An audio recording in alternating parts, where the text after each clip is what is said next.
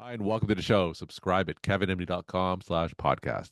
Today we welcome Patrick Hunt. He's a physician executive. Today's Kevin MD article is Prescribing Data and Efficiency, Harnessing Technology to Alleviate the Physician Shortage in the U.S. Patrick, welcome to the show. Thanks, Kevin. Appreciate it. Happy to be here. So let's start by briefly sharing your story and journey. Yeah, so I'm a nurse physician, trained at Chapel Hill, did my residency at Palmetto Health, Richland, or it was Richland, I guess, at the time.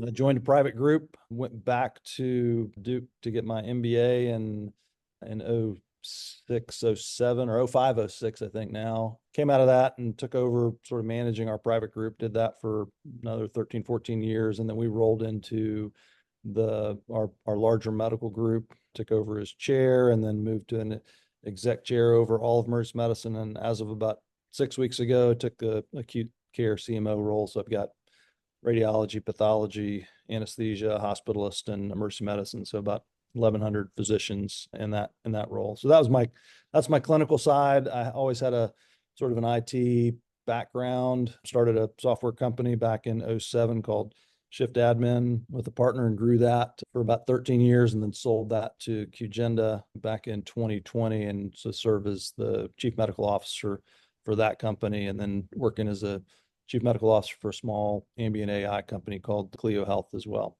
All right. So we're going to talk about one of those intersections today, prescribing data and efficiency, harnessing technology to alleviate the physician shortage in the U.S. Tell us the events that led you to write this article in the first place. And then for those who didn't get a chance to read it, tell us about the article itself.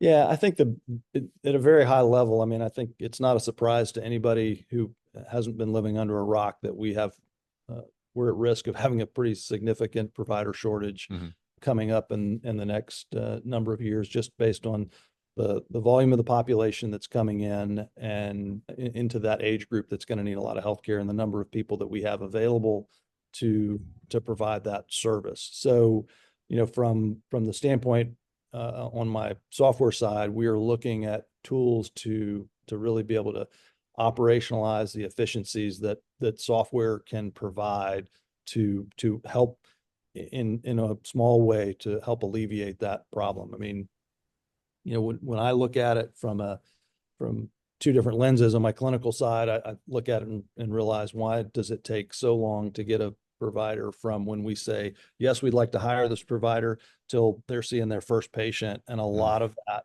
can be solved with software and allows us to utilize the resources that are very limited in the most efficient way possible. And that's kind of what we talk about in the article.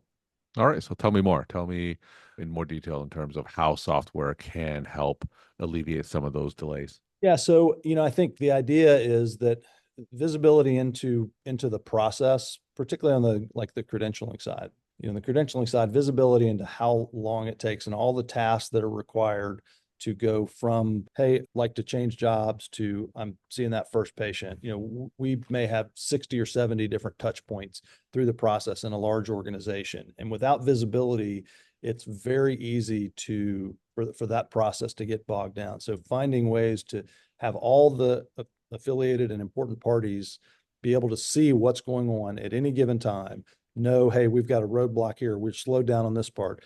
Also to do it in a fashion that's automated and helps flag and say, hey, this position or this part of your process has not been done in a few days. We need to check on that and get moving. So that piece on the credentialing side, I think, is just making that operationally efficient is so important. On the scheduling side, that's sort of where I grew up. There's another entire piece that is building kind of optimal schedules so that you utilize your resources as efficiently as you can and you don't wear them down. I mean, everyone who works in in the healthcare industry and has, shift schedules know sometimes this is just a painful process. And unfortunately, particularly in, hospital medicine and emergency medicine, so forth, you have to have somebody there 24/7, got to be available. So we got to figure out the best way to build those schedules in the most efficient and sort of balanced way, so that providers are still able to do the things that they want to do, and we're able to get the shift coverage that we need to. And it's, when we look at it, we think of it, it's basically a math problem, and it's a massive math problem. I mean, our group on the emergency medicine side, you have 30 plus physicians for one facility with, 13 shifts and a lot of different requests and parameters that you build in there. That number of possible combinations for that schedule is well into the trillions. Yeah. So doing it efficiently is incredibly important. So let's talk about those individually. So first, you talk about the credentialing side. You said there's 70 plus different touch points, and what you're mentoring is some transparency in terms of the status as one becomes credentialed. For those who aren't familiar with that world, how long does it normally take for a physician to be credentialed in a large system? And then tell us about some of those touch points. What are some of the roadblocks that makes it take so long? Yeah, so you start off and you go through the initial offers and contracting piece. So then you've got the recruiters, you got the interview process. You kind of say, okay, yeah, I'm interested in that. Goes from there and moves to legal. And depending on your organization and where I am now, we can have a situation where there's got to be seven signers for a contract to get all the way through the process. So each one of those is a piece of it. And that's just getting the contract side. Once you get that, say, hey, you're coming in, then you have all of the credentialing paperwork. And depending on the organization and how many different med staffs you might have at places you're working at, you may have, multiple different documents and multiple different med staffs that you've got to get paperwork filled out. You go through that process, and then you have the actual privileging and payer enrollment side of things. So you fill that part out with all of the different insurance companies that require particular payment and verification for you to get paid, or your facility to get paid for that. And then beyond that, you think, hey, I've made it. And then you got to realize, oh no, actually I have to get my health form and I have to do my background screening. I've got to make sure my vaccinations are up. It just keeps going and going and going. Yeah. And so, it's easy with that many steps for things to fall through the cracks. And, sometimes if it falls through the cracks, it might sit there for an extended period of time. Yeah. And we've seen it where it'll take 120 days to get somebody credentialed. And optimally, you do it with software, you can get those times down to 30 to 60 days because you've just sped the process up. And that gives you 30 to 60 days more to be able to utilize that provider taking care of patients. And in terms of what the standard is, do the majority of major institutions, they don't use technology-based solutions like the one that you're describing? Yeah, so most of them, the vast majority of them, are using technology. At the same time, particularly in the credentialing space, we sort of went from a paper world into sort of what I would call kind of the phase one versions of software that a lot of organizations still use, and they're very, very clunky. They don't have the kind of efficiencies that we're talking about. They don't have kind of dashboards and things that make it easy for all the interested parties to see where things are going. They're almost like comparing old DOS systems to current levels of computers. All right. Now, the next piece, you talked about how technology can facilitate scheduling. So are we talking about specifically in the emergency department? Are we talking about outpatient facilities? So talking more about how technology can facilitate that scheduling and best utilize the workforce that we have now. Yeah, I think it's all of the above. It's, any shift-based scheduling, any task-based scheduling, whether it be anesthesia, radiology, hospital medicine, emergency medicine, all of those sorts of specialties have unique challenges to how they do their workflow, what their schedule setup is. Some of them, anesthesia has a particularly where they come in and they work until the work is done. They go. Emergency medicine and hospital medicine are very, very shift-based. You work from this time to this time, and then you're done. The outpatient world, we certainly do as well. And that's, again, scheduling, for cardiology or neurology or so forth. Just like what are the resources that we have available in terms of providers? What do we have in terms of even to the point of utilizing rooms? So we look at some room management stuff. So, okay, we have this facility, it's got these rooms. We can optimally schedule this physician for this particular day and this particular location to get the most out of our current setup that we have at our facility. And that, again, the complexity of the math problem that we're solving is immense. And is that not happening regularly? Are people still using pen and paper? Do most organizations not use some type of algorithmic or technological approach like you're describing? Yeah, there's a very broad spectrum. There are people that are still using, paper not many anymore. There's a lot of people that are using, Excel. That being said, there's a very, very, very large contingent that are using software, ours being one of the biggest ones in that space. So I think we have made really good progress in the scheduling space using technology to help us. And now it's just a matter of, kind of refining. That software also gets better and better and better as we move along, and continues to improve in the same way that, like the AI technology continues to improve. It's just going to get better and better over time.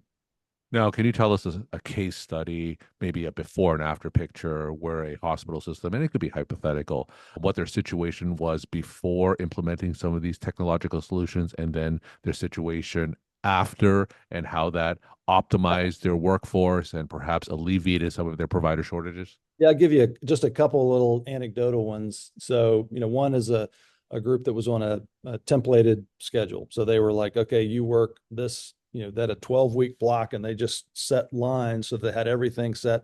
And then they would, every 12 weeks, you just step down a line, step down a line. And, it's nice because you would sort of know this is my schedule. You could work it out and figure out what you were going to be doing 6 months. The problem was if you have, any kind of event or any flexibility that you need, you don't have that. Hmm.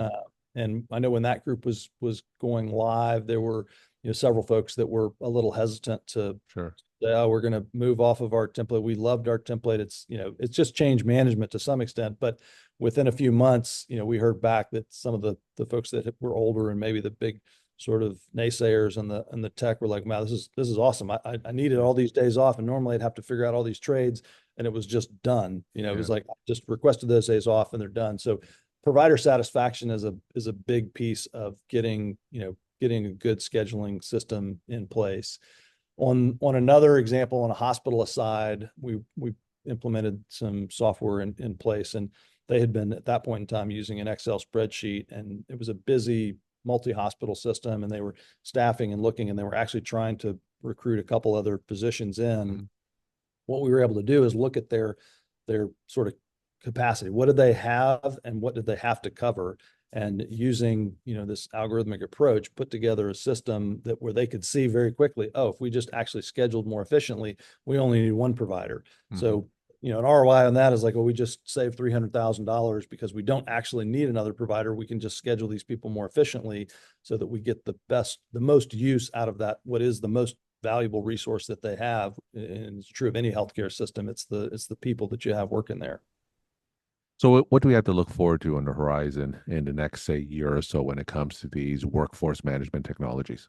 Yeah, so I think they will continue to get better and better, and just in terms of ease of use as Hmm. we kind of learn and solve problems. Instead of having to fill out, the same piece of paperwork and sign your credentials form 12 times, it all is just done seamlessly, and it moves through the system, much, much quicker. I think even further down the road, there's potential that we can build systems where credentialing as we know it changes. You come through and Yeah. you get credentialed, and then you continue with just, your continued professional practice evaluation stuff, and Hmm. you don't ever actually re-credential, almost the way we do, our board certification now. It used to be Yeah. take a test and then you wait 10 years and like, oh man, I got to go relearn all this stuff about the TCA cycle that I forgot for Yeah. whatever. Like, okay, go back and learn it, which wasn't very efficient. Now we have this kind of continuous process. And I think we're going to do the same thing with credentialing over time, where that becomes just a very seamless process. It's just a continual process. And when there are issues that pop up, you kind of address them, and then you just keep moving. We're talking to Patrick Hunt. He's a physician executive. Today's Kevin MD article is Prescribing Data and Efficiency, Harnessing Technology to Alleviate the Physician Shortage in the US. Patrick, let's end with some of your take-home messages that you want to leave with the Kevin MD audience.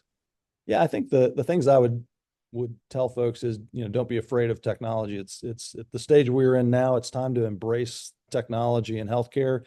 As a general rule, healthcare tends to lag behind industry in its adoption of technology for good reason in some places, just because we deal with a lot of very sensitive data and so forth. Hmm. But the advantages that organizations and individual physicians can glean from utilizing technology efficiently are massive. And so I really just encourage people to don't be afraid to take a look at the latest and greatest.